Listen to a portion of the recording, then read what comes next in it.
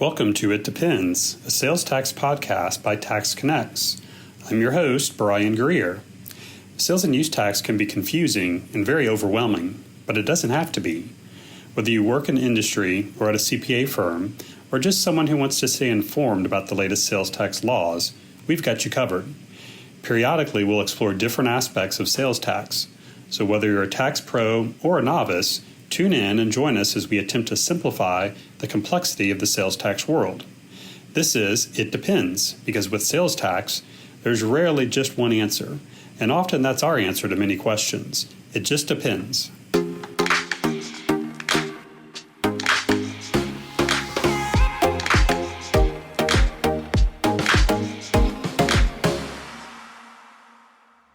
So good day, everybody. I'm Brian Greer here with TaxConnex. And in this episode of It Depends, I'm going to be speaking with one of TaxConnex's, I'll say, longtime business partners, Lisa Dowling from Fintua. And Lisa, you and I, we've been working together, I would say, over the last roughly 3 or 4 years. Briefly, in terms of, the way we've kind of interacted in the past is that obviously, we're kind of focused on the U.S. sales tax compliance, U.S. sales tax advisory. You and Fintua, on the other hand, are really focused on I would say, a more global VAT and direct tax perspective. So I think in a lot of ways, we've been complementary to each other in terms of the way we partner and the way we work together. So, Lisa, thank you so much for joining us today. Really appreciate your time. Yeah, no problem, Brian. Thanks for inviting me. Absolutely. So, let's kind of start easy. So start with the basics and maybe just tell us a little bit in your own words. Tell us about Fintua. What do you guys do? Where's your focus as a business? So Fintua, really, I suppose I could describe us as global indirect tax, kind of married with fintech, helping businesses manage their VAT registration and ongoing compliance obligations, usually where there's multiple obligations, so cross borders, multi-jurisdictional.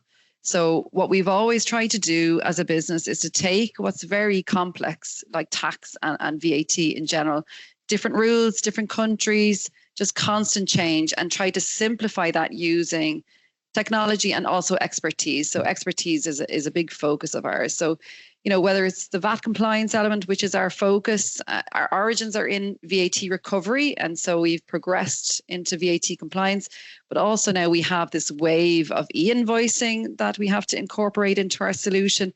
We also have payments and then obviously recovery, where we kind of originated from. So we bringing all that together kind of into one solution, one platform, to ensure that companies operating globally can scale, and so that they're compliant internationally with minimal headaches. So that's really the key, I suppose, Brian. And then as Chief Tax and Compliance Officer, so that's my role in the business. I'm with Fintua 14 years now. And so my main role is to oversee kind of expertise behind the technology. So that's really key, making sure that everything is up to date and accurate, scalable, globally aligned, and then just running absolutely as efficiently as possible. You got your hands full there with managing this on a global scale. We're fortunate that we only have to deal with one country, although each of the states tend to operate like a little their own country. Yeah, but, absolutely. You've got a lot more complexity there that you're dealing with. Something you said that I found interesting, and it's a little bit of the history of the business. When we first started working together, as I mentioned a few years, 3 or 4 years ago, the company had a different name, and you've evolved, I think, to take on this more global picture in terms of the compliance, the reclaim services, the payments, everything you just described. Tell us a little bit about that evolution from the previous business of TaxBack to where you are today as Fintua. Yeah, so we have a very long history, Brian. So TaxConnex International was founded in 1996, and and it was founded in Kilkenny by Terry Clune. So the business originally focused on VAT reclaim, and then over time expanded kind of more into more broader corporate VAT recovery and compliance services to clients, where things are becoming very, very complex. And so over the years, there's been a major shift to technology. So we're moving away from kind of more traditional services to more kind of platform-led SaaS solutions, covering, as I described earlier, compliance and e-invoicing and payments and also recovery. So that transition then to Fintua kind of reflected that move and that evolution in our VAT world. And so we kind of rebranded, but it isn't really just a rebrand. So it just marks that journey from VAT reclaim specialist into more kind of global tax technology and fintech provider. So just focusing on helping businesses managing indirect tax in a much more kind of automated and scalable way, while maintaining kind of the years of expertise that we've built up along the way. Yeah, it makes sense. And when you guys rolled that out, what was it about? Was it 2 years ago? At the Elevate conference, I think, a little bit over 2 years ago. Makes complete sense from a naming perspective and what you guys are doing as a business. Now, you've mentioned a couple of times e-invoicing. And I know from having attended the Elevate conference the last 3 years, I think it has been. And just as a little plug for you guys, this is an amazing conference. If you ever have the opportunity to go to it, Lisa and Fintua host this. It's at the beginning of March, I think, every year. Yeah. But it's a great opportunity where you guys bring together really VAT and indirect tax experts from all over the world. It's a great opportunity for them to come together, to network, share ideas. I've learned a lot every time that I've been. And one of the themes, and you've mentioned it again a couple of times, e-invoicing. So I think a lot of our audience is probably a US-based business. Tell us a little bit about that concept. What is e-invoicing? Why did it come about? Why should a business in the US be thinking about that, certainly if they're expanding internationally? Yeah, so particularly in Europe now, we have a wave of e-invoicing requirements, and it has come from the EU Commission policy VAT in the digital age, so VIDA, VAT in the digital age. So I don't know if many of your US businesses have heard of this concept, but basically what it is transactional level reporting based on e-invoicing data. So the EU Commission was mainly focused on cross-border transactions. So if I'm a business in Ireland and I am doing business with somebody in France, I have to raise an electronic invoice and then communicate the data off that electronic invoice in near real time to the tax office. And so that's coming down the line. But as part of that, each member state of the EU then are allowed to introduce their own kind of domestic e-invoicing mandate. And basically it's a mandate. So they are saying that businesses have to communicate when they're dealing with B2B transactions domestically, they have to communicate their invoices in this structured electronic format. So no more paper invoices, no more PDF images of invoices. So structured electronic invoices. And it's also that then the data or a data set as part of that e-invoice can be communicated kind of in near real time to the tax authorities. And it's the vision that this communication of transactional data will allow the authorities then to detect elements of fraud. It will make things more efficient. I mean, e-invoicing will naturally bring cost saving for businesses once it's up and running. But at the moment, it's like it has created a huge buzz in Europe because it's a big headache for businesses at the minute to be able to comply to the various mandates in the European countries that are all kind of slightly different at the moment. They'll all eventually converge with the final introduction of VIDA in 2030. But in the meantime, we're dealing with all of these kind of different deadlines for rollout, kind of phased rollouts, what's in the mandate, what's out of the mandate, all of the different data sets, how are we getting the data? So all of this is what's consuming us at the moment, which is why when you come to Elevate, Brian, we're all talk about e-invoicing mandates and, what country is coming down the line next and what's the headache for business. And really, the biggest problem is that companies haven't got great data, and I'd say that's the same in the US. So, your data is coming from multiple different sources, maybe legacy ERP systems, multiple ERP systems, or, you're preparing your declarations, your tax returns or your VAT returns just based on kind of Excel, and does this give you enough information to satisfy what the tax authorities are really looking for? And so a lot of the time it doesn't. And so that's the biggest issue for businesses at the moment.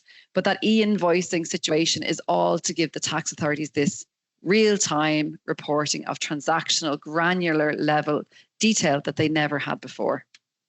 Yeah, and whenever you all have talked about that, I find it fascinating because I try to also relate it to the US, and could something like that happen here?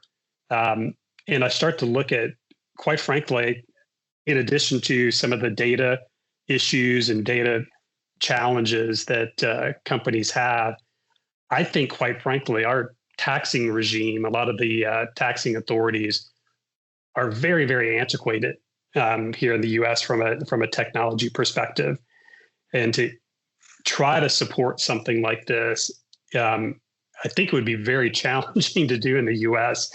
And believe it or not, we still have some jurisdictions that require an actual paper return and a paper check to be sent into them.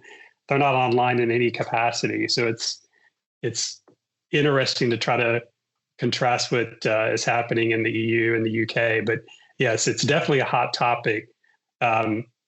To look at that from a US business perspective.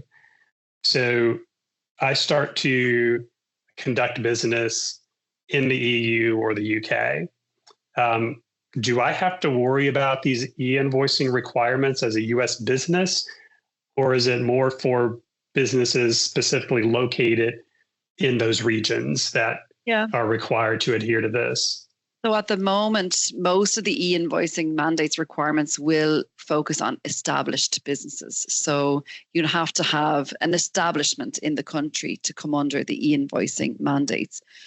But what you need to also be aware of is that there are kind of other obligations that are linked to e-invoicing. So for example, France is introducing its e-invoicing mandate in September of this year. It will again apply to established French B2B transactions, but it also has an e-reporting mandate for businesses that are not established. So you may fall under an e-reporting obligation. So you won't have to comply with the raising of the electronic invoice, but you will have to kind of e-report transactional data to the tax authorities, even if you're not established. So the member states, again, and this is the big issue, the member states won't be aligned, So for example, Belgium this year rolled out e-invoicing, but they have kind of what's described as a soft launch of e-invoicing. So it's no reporting of transactional data to the tax office yet. It's just they have mandated that. Again, Belgium established businesses, B2B transactions, have to produce a structured electronic invoice. So all of the mandates differ. So US businesses still have to be aware of whether they fall within an obligation or outside of an obligation. So it is still that tracking, and then the mandates will move on. So once we have domestic mandates established, they will start to roll out to bring more and more businesses under the remit. And so eventually it will move to everything, so it's important maybe for US businesses just to keep an eye on it and see what's happening. Sure, that makes sense. And what are some of the other, I guess, basic either concepts or concerns that a US-based business should be thinking about as they start to sell outside of the US? And I think about this in reverse, as we've talked with some of your clients that are starting to conduct business in the US. And I always have that Nexus conversation with them. Have you established Nexus in any of the individual states? Therefore, you now have to follow our sales tax rules. Are there similar concepts of, I'm going to call it Nexus, but what should I be thinking of? What should a business be thinking of when we start to sell into your neck of the woods? So it really is like the title of this podcast, right? So it depends. So it really does. So it depends what you're selling. You need to look at whether you're selling goods or services. You need to look at then, who you're selling to. So are you selling to businesses or are you selling to consumers? So if, for example, a US business is selling goods to consumers around Europe, where are those goods located when they're making the sale? Who is the importer of record for those goods when they land into Europe? All of those kind of things might give you, as a US business, an obligation to VAT register in Europe, for example, to make those kind of supplies to consumers, for example, or even to businesses. So if I'm a US business, but maybe I import goods from outside of Europe into the Netherlands, for example, and I hold those goods in a warehouse in the Netherlands, and then I sell on to consumers or business around Europe, then I'm going to have a VAT registration obligation in the Netherlands, for example. And then depending if I'm selling it to consumers around Europe, I could also have obligations around Europe. So it really does depend. And for, non-established businesses, like a US business selling anything into Europe, you need to kind of see what those obligations, assess what those obligations might be. You don't have to have an establishment in Europe to have a VAT registration obligation. So, particularly if you're selling services, for example, or goods to consumers and not to businesses, you're more likely to have kind of an obligation to, charge and collect and pay the VAT over to the authorities. So you have to be careful. And there won't be, in many of those cases, there won't be a VAT registration threshold. So you'll run into an obligation maybe from your first dollar sale, okay. So you need to keep an eye on things like this. So a little bit different from the US, like Brian, you could describe the US, like we don't really have nexus rules. So, you can have an obligation to VAT register without having a kind of any establishment within the EU. So it does depend. So, you really have to look at what you're selling. Where are you selling those goods or services and who you're selling them to? And those kind of three main points will determine whether you have an obligation or not to VAT register, and then have kind of ongoing compliance obligations, and then may also have e-invoicing obligations. So there's a lot to consider. Gotcha. And that would apply to digital goods as well. Like if someone's just selling software into one of those regions, they need to be concerned about this also. Yes, absolutely. So in Europe, there are simplifications. So there are things like one-stop shop, so that you can, through the simplification, maybe register in one member state and report all of your sales, maybe of digital services, to consumers around Europe through one declaration. And so it divides out the VAT to all of the different member states. And so there are simplifications like that exist, but you still have the obligation to register for that one-stop shop and report all of your sales. Okay, perfect. Let's kind of bring this back to Fintua a little bit more specifically. And you had shared earlier that you offer, of course, the VAT compliance service as a managed service. You have a software platform, I believe it's Comply, if I remember correctly. Yes. Yeah.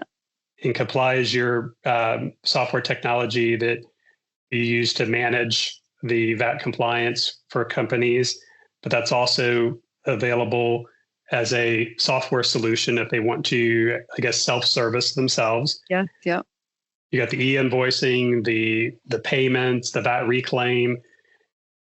Kind of tell us how Fintua is different, or from your competitors, other than you've got solutions that can plug into a lot of different workflows that a business may have. What do you really see as your strength? How are you different from other providers? Yeah, so I think really the expertise and the experience that we've gained over the years is really what makes us very different. So we're not just selling a tech solution. So, and even if you do choose to use our solution as a self-serve model, under the hood of that self-serve model is what we're managing, so making sure that everything is absolutely up to date everything is 100% accurate, that we are keeping in line with all of this kind of fast moving change that's coming in the world of VAT. So the expertise is really, really key for us, and so to making sure that our knowledge is kept up to date. So we really work hard at things like that. Our global reach, I suppose, as well, Brian. So, and a reason why we partner with TaxConnex to kind of extend that global reach for our clients, so that, our clients can come to one provider, and then through kind of key partnerships like our partnership with TaxConnex, we can offer a solution to extend into kind of US sales tax. So that's really important. And we've worked very hard over many, many years to build kind of partner networks, agents that give us kind of local knowledge to deal with kind of the nuances of VAT. And then also just the fact that our VAT compliance team has been around for so long. And so they just have built up their own kind of knowledge, because the nuances, again, like, there's so many little things that you need to know. And, and they do, and they really do, and they understand these things. And then the technology allowing us to scale, the scalability, to support businesses that are growing, because more often than not, when a business starts to scale, VAT and tax is probably the last thing on their minds and kind of gets forgotten about. And so very quickly, as we've kind of discussed, they can run into multiple VAT obligations. And so just being able to kind of support that kind of speed at which things can take off, especially in the world of technology and online selling and things like that. So just being able to kind of expand and adapt and scale is really key. Yeah, and I love the expertise paired with the technology, that human element that I think there's so many of our competitors in this market that are, I say, purely a technology play or purely automation, and they don't bring that human element, to the table, and that expertise that really, I think, is critical and necessary. And we share that perspective, here at TaxConnex as well. It's in our name, I suppose, Brian, like Fintua, as we discussed earlier when we rebranded and we were picking this name. Like the Fin obviously, represents fintech. The Tua is an old Irish word meaning family or clan or tribe. So that's the way I suppose, being Irish, that's what we're good at, the networking, so that's why Elevate, I think, is so successful. So it's to keep the human, and there's a lot of human in the loop talk at the moment online, but it really is important. It is key that you keep the human in the loop of kind of the partnership relationships, the relationships with our clients, to give everybody the comfort that there is knowledge behind your tech solution, and that we're not just selling technology, although the technology too is fairly awesome. Sure, absolutely. So, Lisa, I'm going to wrap up here, but it's been a pleasure chatting with you about the business in general, Fintua, how you support companies. I've valued our partnership over the years. I'll give you an opportunity to have the last word if you have any final comments or advice for the audience. I just think, good supportive partnerships, allow businesses to grow. And so even when we're talking about business to client, it's still a partnership. And, that's really clear, and that's really key. And in a world where VAT and tax is expanding and changing so much, it's really key that you have a great compliance and technology partner hand in hand. Awesome. Thank you so much, Lisa. Appreciate your time. Thanks a million. Bye now. This has been It Depends, with another episode explaining the complexities surrounding sales and use tax. See you next time.